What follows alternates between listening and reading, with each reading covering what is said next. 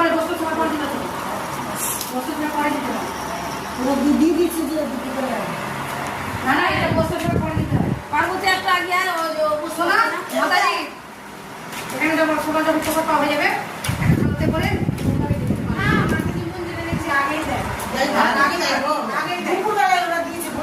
দিয়েছেন না ভোগ দিই তাহলে তো শ্রাদ্ধের কাজটা না, ওটা আবার আমাকে জলে ফেলতে হবে তাহলে। এখন রাত্রেবেলা আবার কে যাবে জলে?